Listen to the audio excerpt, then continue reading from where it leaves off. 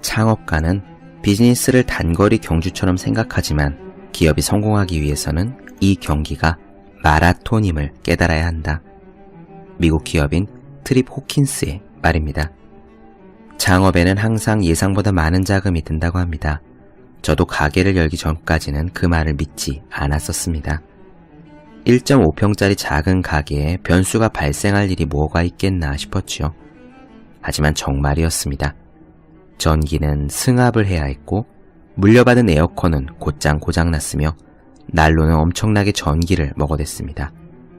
계약서마다 쓰여있는 VAT 별도라는 말은 대금의 10%를 추가로 내야 된다는 뜻이었습니다. 이 모든 것이 털끝만큼도 예상하지 못했던 비용입니다. 공부도 마찬가지입니다. 계획대로 되지 않습니다. 리포트는 제자리고 조별 과제는 지연되며 문제는 항상 막힙니다. 난이도는 생각보다 높고 시간은 예정보다 더 걸리는데 점수는 항상 목표치보다 낮습니다. 일도 공부도 마라톤이기 때문입니다. 단거리 경주는 오차가 작습니다. 100m 달리기는 우승과 꼴찌의 차이가 1, 2초 안팎입니다. 하지만 마라톤은 달라요. 42.19km를 달리는 시간은 군 복무를 하는 것처럼 깁니다. 그러므로 여러분에게 두 가지를 말하고 싶습니다. 첫째, 체력을 길러야 합니다. 여러분이라는 우주를 하얀색 코끼리가 떠받치고 있다면 그 코끼리의 이름은 다름 아닌 체력입니다. 둘째, 유연해야 합니다. 갑작스런 변수에 토끼처럼 놀라서도 예정에 없던 상황에 원숭이처럼 짜증내서도 안 됩니다. 꽉 막힌 큰 길 대신 새길을 찾아 달리는 노련한 택시 운전사처럼 여러분 역시 유연하게 목표를 향해 가야 합니다. 365 공비타민, 공부는 계획대로 되지 않는다의 한 대목으로 시작합니다.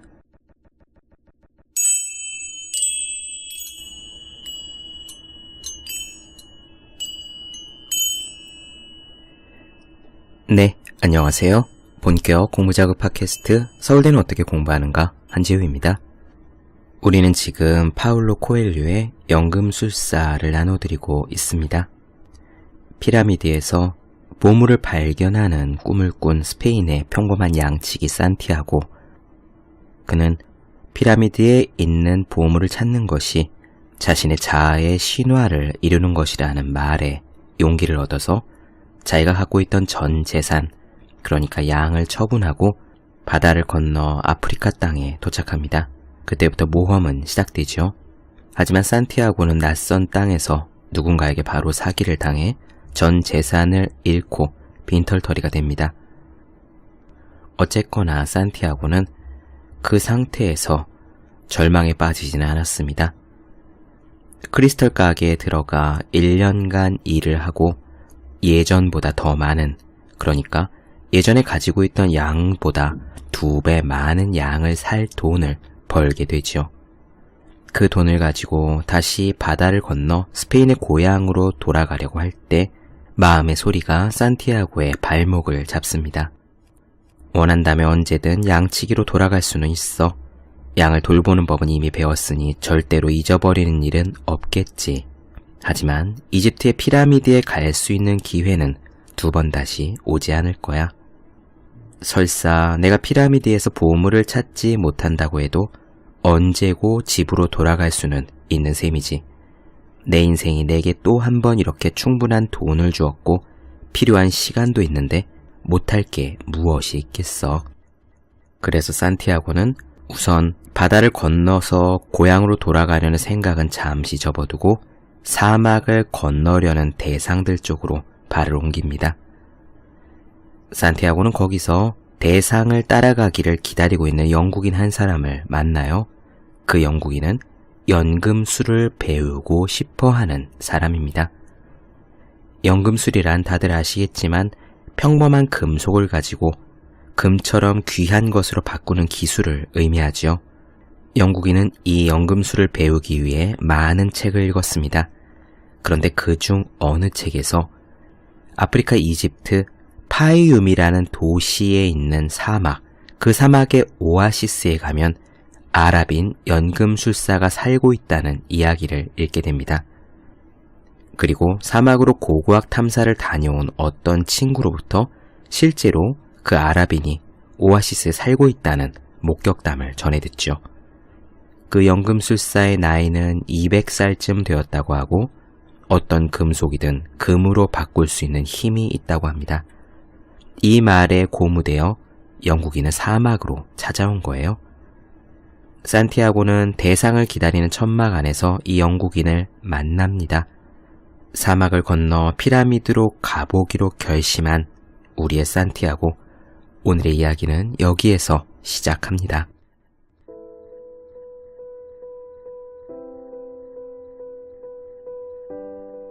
산티아고는 자신의 결정에 대해 아직도 어느 정도 의심을 갖고 있었다.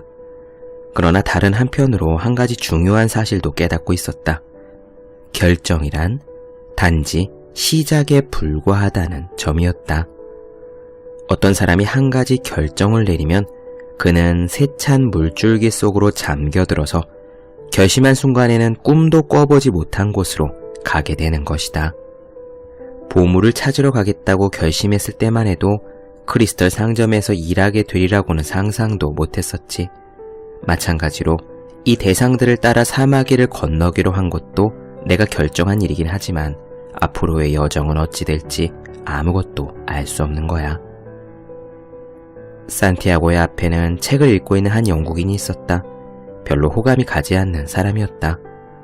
그는 산티아고가 들어올 때 업신 여기는 듯한 눈으로 바라보았다. 서로 좋은 길동무가 될 수 있었을 텐데도 영국인은 귀찮다는 듯 그저 짧게 대꾸할 뿐이었다. 산티아고는 읽고 있던 책을 덮었다. 영국인과 비슷해 보일 만한 행동은 아무것도 하고 싶지 않았다. 그는 주머니에서 우림과 툰밈을 꺼내 만지작거리기 시작했다. 그 모습을 본 영국인이 놀라서 소리쳤다. 우림과 툰밈 아닌가? 산티아고는 재빠르게 우림과 툰밈을 주머니 속에 다시 집어넣었다. 이건 파는 게 아닙니다. 산티아고는 경계하는 듯 말했다. 그건 그렇게 대단한 물건은 아니야. 그저 크리스털일 뿐이지. 지구상에는 수백만 개의 크리스털이 있어. 하지만 가치를 알고 있는 사람에게만 우림과 툰밈이라네. 나는 이 땅에도 우림과 툰밈이 있는 줄은 몰랐는걸? 산티아고는 대답했다. 왕께서 내게 선물로 주신 겁니다. 영국인은 아무 말이 없었다. 잠시 후 그는 주머니 속에 손을 넣더니 산티아고의 것과 똑같이 생긴 보석 2개를 꺼내 흔들어 보였다. 지금 왕이라고 했나? 영국인이 물었다. 선생님은 왕이 양치기와 이야기했다는 걸 믿지 않으시는군요. 산티아고는 이 사람과의 대화를 끝내야 되겠다고 생각했다. 그러자 영국인이 손을 저었다. 아니, 오히려 그 반대야. 양치기들은 다른 모든 사람들이 인정하기를 거부했던 한 왕을 처음으로 알아보고 경배를 드렸지. 그 후로 왕들이 양치기들과 이야기를 하게 된 건 전혀 이상한 일이 아니야. 영국인은 혹시 산티아고가 이해하지 못할까봐 설명을 덧붙였다. 성서에 나오는 이야기라네. 이 보석들은 신에게 허락받은 유일한 예지의 도구였어. 제사장들은 이것을 황금으로 만든 흉패 안에 가지고 있다네. 산티아고는 문득 이 창고 안에서 대화를 나누고 있는 사실이 무척이나 기뻤다. 아마도 이것은 하나의 표지인 것 같군. 영국인은 혼잣말하듯 이야기했다. 누가 선생님에게 표지에 대해서 가르쳐 주었나요? 산티아고는 점점 더 흥미를 느꼈다. 삶의 모든 것이 다 표지라네. 영국인은 읽고 있던 잡지를 덮었다. 천지 만물은 그것이 창조되던 태초에는 온 세상이 알아들을 수 있었지만 지금은 잊혀져 버린 어떤 언어에 의해 만들어졌지. 나는 사물들 속에서 바로 이 우주의 언어를 찾는 중이야. 내가 여기 있는 이유도 바로 그 때문이고 그 우주의 언어를 알고 있는 한 사람, 연금술사를 만나기 위해서지. 그때 창고 책임자가 안으로 들어오면서 두 사람의 대화는 끊어졌다. 당신들 둘은 운이 좋구만. 오늘 오후에 파이움으로 출발하는 대상이 있으니까 말이오. 뚱뚱한 아랍인 창고 책임자가 말했다. 하지만 내가 가려고 하는 것은 피라미드가 있는 이집트인데요. 산티아고가 말했다. 이 사람 뭘 모르는구만. 파에윰은 바로 이집트에 있어. 창고 책임자가 나가고 나서 영국인이 이야기했다. 저 사람은 지금 표지를 운이 좋다라는 말로 표현하고 있군. 할 수만 있다면 아주 커다란 백과사전에다가 행운과 우연의 일치라는 말의 의미에 대해 기록하고 싶구만. 이 단어들은 우주의 언어로 기록해야 되는 것이라고 말이야. 그는 계속 말을 이었다. 예를 들어 손에 우림과 툼밈을 들고 있는 사람을 만나는 일 같은 것은 그저 우연의 일치가 아니라고 했다. 그는 물었다. 자네도 나처럼 연금술사를 찾아가는 길인가? 아니요, 나는 보물을 찾으러 가는 길입니다. 산티아고는 불쑥 대답했다. 그리고는 괜한 말을 했다 싶어 이내 후회했다. 하지만 영국인은 그의 말에 별로 개의치 않는 것 같았다. 어떤 의미로는 나 역시 그렇다고도 할 수 있지. 그때 창고 책임자가 다시 들어와 그들을 밖으로 불러냈다. 밖에는 검은 눈에 수염을 길게 기른 한 남자가 있었다. 내가 이 대상의 인솔자요. 함께 가는 모든 사람들의 생사는 내 책임이고 그에 따른 모든 권한도 내게 있어. 사막이란 변덕스러운 여인네 같아서 때로는 사람을 미치게 하기 때문이요.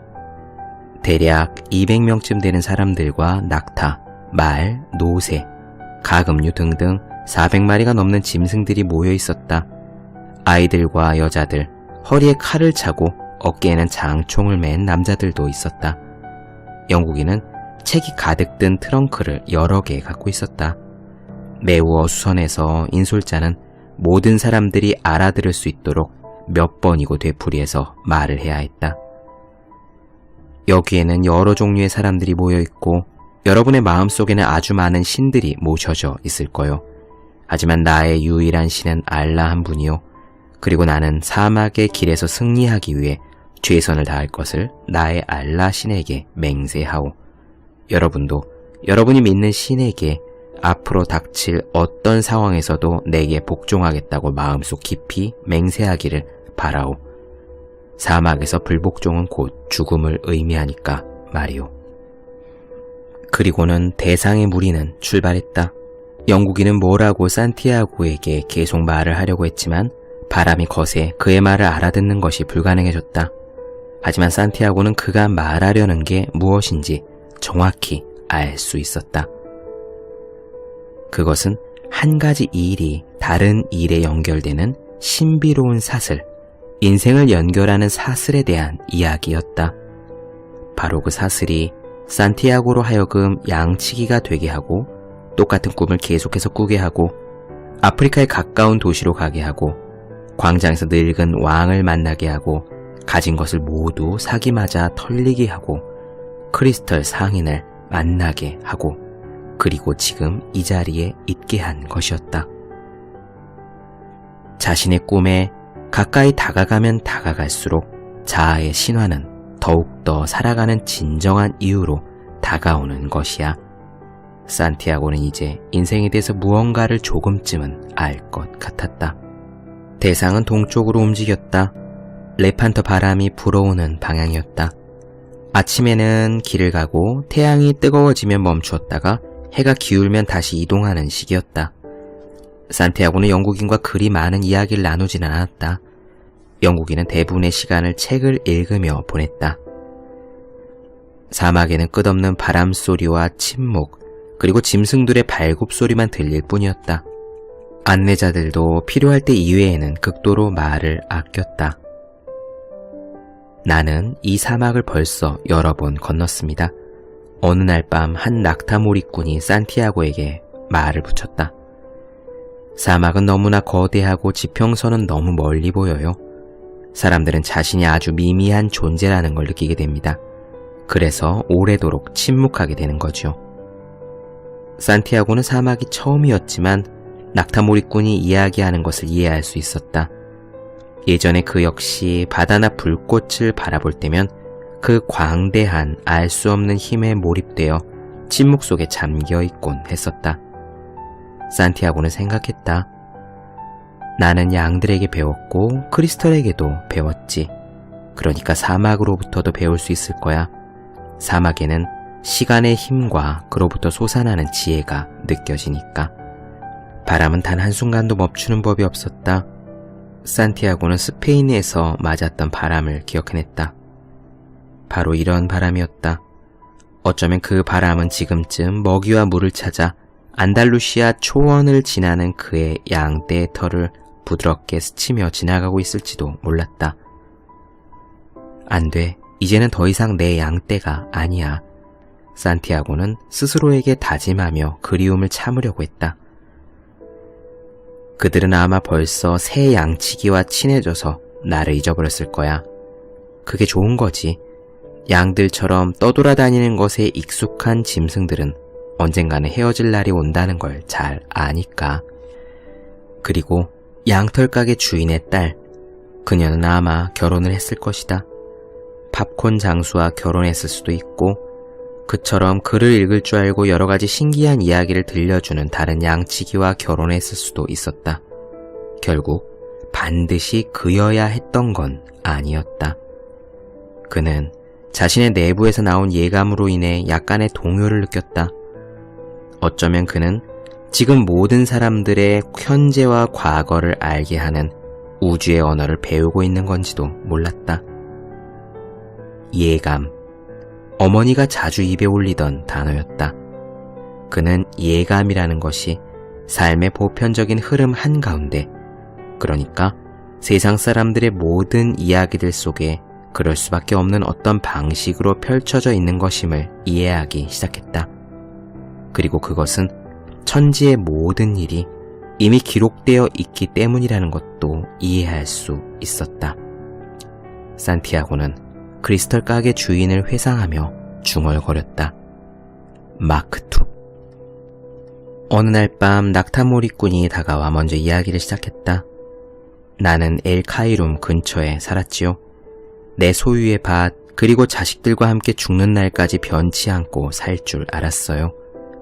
풍년이 든 어느 해 우리는 모두 메카 순례에 나서기로 했습니다. 그것은 내게 남은 단 하나의 의무였거든요. 그 일만 완수하고 나면 마음 편하게 눈을 감을 수 있을 것 같았고, 그 생각은 내게 말할 수 없는 기쁨이었답니다. 그러던 어느 날이었어요. 갑자기 땅이 흔들리기 시작하더니 나일강이 범람하는 것 아닙니까? 다른 사람들에게나 일어나는 일인 줄 알고 있었던 그 일이 바로 내게 일어난 거지요. 이웃 사람들은 홍수에 올리브 나무를 잃게 될까 두려워했고, 내 아내는 자식들이 물살에 떠내려갈까봐 정신이 없었답니다. 그리고 나는 내가 이룬 모든 것들이 물살에 파괴되는 것을 보고 놀라서 몸을 떨었지요. 그의 이야기는 계속되었다. 어찌할 도리가 없었습니다. 땅으로부터 얻어낼 수 있는 건 모두 사라졌고, 나는 무엇이든 다른 생존 수단을 찾아야 했어요. 그래서 낙타몰이꾼이 된 겁니다. 하지만 나는 그 일을 통해 알라의 가르침을 이해할 수 있었어요. 누구나 자기가 원하거나 필요로 하는 것을 이룰 수 있다면 미지의 것이라 할지라도 조금도 두려워할 필요가 없다는 사실을. 그리고 낙타몰이꾼은 결론을 내렸다. 우리 인간들이 두려워하는 것은 목숨이나 농사일처럼 우리가 현재 갖고 있는 것을 잃는 일입니다. 하지만 이러한 두려움은 우리의 삶과 세상의 역사가 다 같이 신의 커다란 손에 의해 이미 기록되어 있다는 것을 이해하고 나면 단숨에 사라질 수 있습니다. 대상들은 때때로 야영지에서 서로 마주치기도 했다. 그럴 때면 정말 모든 일이 오직 하나뿐인 신의 섭리에 따라 정해져 있는 것처럼 어느 한쪽에서 필요로 하는 물건은 반드시 다른 쪽 대상의 무리 중 누군가가 갖고 있었다. 낙타몰이꾼들은 모래 폭풍에 대한 정보를 주고받기도 하고 모닥불 주위에 둘러앉아 사막에서 일어난 이야기를 나누기도 했다. 어느 날 밤 낙타몰이꾼이 산티아고와 영국인이 앉아있는 모닥불가로 다가왔다. 사막의 부족들 간에 전투가 벌어지고 있다는 소문이 있어요. 낙타몰이꾼이 말했다. 세 남자는 말없이 앉아 있었다.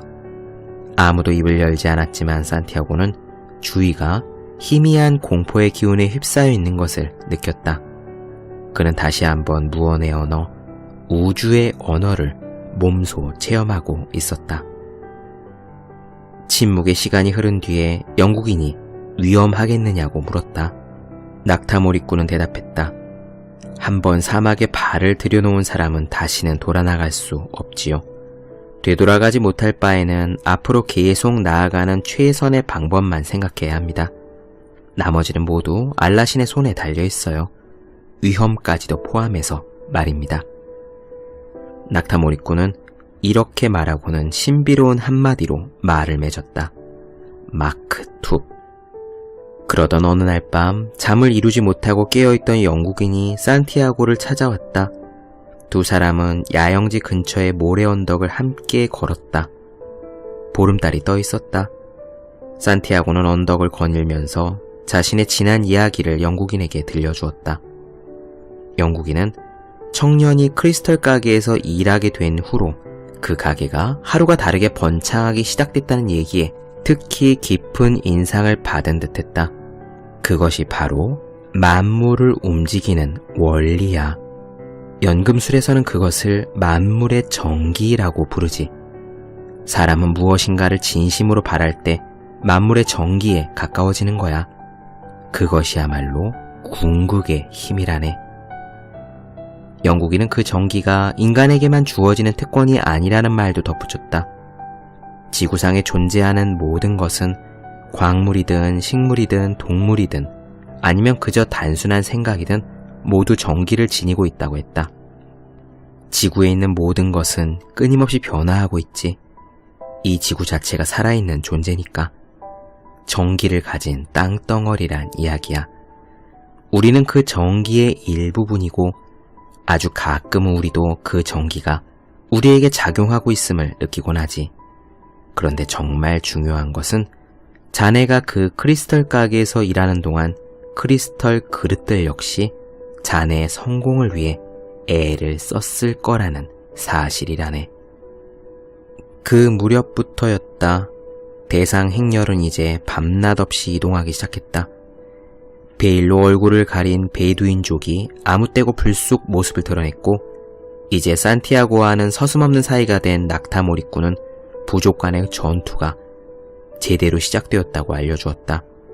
이런 상황에서 오아시스에 무사히 다다르려면 운이 따라야만 했다. 짐승들은 모두 지쳐 있었고 사람들은 점점 더 말을 잃어갔다. 밤이 되면 침묵은 사람들을 더 깊은 두려움에 빠뜨렸다.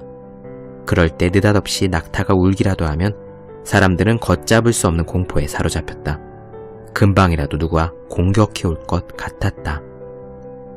하지만 낙타몰입꾼은 전쟁의 공포 따위는 거의 느끼지 않는 것처럼 보였다. 나는 아직 살아있거든. 모닥불도 없고 달도 뜨지 않은 밤 야자 열매 한 웅큼을 입에 넣으며 낙타몰입꾼이 산티아고에게 말했다. 나는 음식을 먹는 동안에는 먹는 일 말고는 아무것도 하지 않아요. 걸어야 할 때는 걷는 것, 그게 다지. 만일 내가 싸워야 하는 날이 온다면 그게 언제가 됐든 남들처럼 싸우다가 미련 없이 죽으면 됩니다. 나는 지금 과거를 사는 것도 미래를 사는 것도 아니니까. 내겐 오직 현재만 있고 현재만이 내 유일한 관심거리입니다. 만약 당신이 영원히 현재에 머무를 수만 있다면 당신은 진정 행복한 사람일 것이지요. 그럼 당신은 사막에도 생명이 존재하며 하늘에는 무수한 별이 있다는 사실을, 전사들이 전투를 벌이는 것은 그 전투 속에 바로 인간의 생명과 연관된 그 무엇이 있기 때문이라는 사실을 깨닫게 될 겁니다. 생명은 성대한 잔치며 크나큰 축제입니다. 생명은 우리가 살고 있는 오직 이 순간에만 영원하기 때문이지요. 이틀이 지났다. 막 잠자리에 들려던 산티아고는 행렬의 길잡이가 되어주고 있는 별 쪽을 바라보았다. 사막 위로 반짝이는 수백 개의 별들 때문에 지평선이 조금쯤 낮아진 듯 보였다. 바로 저기가 오아시스입니다. 낙타몰이꾼이 별 있는 쪽을 가리키며 그에게 말했다. 산티아고는 물었다. 그런데 어째서 우리는 지금 당장 저곳으로 가지 않는 거죠? 낙타몰이꾼이 대답했다. 지금은 잘 시간이니까요. 다음날 그들은 오아시스에 도착했다. 새로 도착한 대상 행렬은 곧장 알파이움의 부족장들 앞으로 안내되었다. 산티아고는 눈앞에 펼쳐진 광경이 좀처럼 믿어지지 않았다. 그가 생각하던 오아시스는 종려나무들에 둘러싸인 작은 연못이었는데 지금 그가 실제로 보고 있는 오아시스는 스페인의 어느 마을들보다도 훨씬 컸다. 그곳에는 300여 개의 우물과 5만여 그루의 야자 나무가 있고 종려나무 숲 한가운데는 알록달록한 천막들이 흩뿌려진 듯 점점이 박혀 있었다. 아라비안 나이트를 보는 것 같군. 이제 곧 연금술사를 만나이라는 생각이 가슴 졸이며 영국인이 말했다. 사막에서는 늘 경계를 늦춰서는 안 되는 줄 알고 있던 산티아고는 낙타몰이꾼이 해주는 설명을 듣고는 마음을 놓을 수 있었다. 사막의 오아시스는 거주자 대부분이 여자와 아이들이기 때문에 언제나 중립지대로 간주된다는 것이었다. 오아시스가 도처에 있는 까닭에 병사들은 사막의 모래 한복판에서 전투를 벌였고 오아시스는 항상 평화롭게 남겨둘 수 있었다. 그때 무슨 문제가 생겼는지 대상의 인솔자는 일행을 모두 불러 모았다. 부족 간의 전쟁이 모두 끝날 때까지 그 오아시스에 머물게 되었다는 이야기였다. 손님으로 있는 동안 대상 일행은 오아시스 주민들과 함께 어울려 지내야 했고 주민들은 손님들에게 가장 좋은 거처를 마련해 주어야 했다. 그것은 전통적인 접대의 계율이었다. 인솔자는 자신의 보초들은 물론이고 모든 일행들에게 부족장들이 지목한 사람들에게 갖고 있는 무기를 넘겨주라고 명령했다. 이것이 전쟁의 규칙이요. 오아시스는 전사들의 피난처로 이용될 수 없소. 인솔자가 설명했다. 산티아고는 자신의 보물을 생각했다. 그가 자신의 꿈에 가까이 다가갈수록 어려움은 점점 더 커지고 있었다. 늙은 왕이 초심자의 행운이라고 불렀던 것도 더 이상 힘을 발휘하진 못했다. 그는 알고 있었다. 이제 그를 기다리고 있는 것은 자아의 신화를 추구하는 사람의 끈기와 용기를 시험하는 시련뿐이라는 것을. 그 때문에 그는 서두를 수도 초조할 수도 없었다. 만일 그렇게 된다면 신이 그의 앞길에 준비해놓은 표지들을 못 보고 지나칠 수도 있었다. 내가 가는 길에 표지를 남겨놓으신 분은 신이 틀림없어. 산티아고는 생각했다. 쓸데없이 초조해하지 말자. 산티아고는 속으로 되뇌며 다시 한번 다짐했다. 낙타몰이꾼이 얘기한 대로 먹을 때는 먹기만 하는 거야. 그리고 길을 떠나야 할 때가 되면 떠나는 거고 말이지.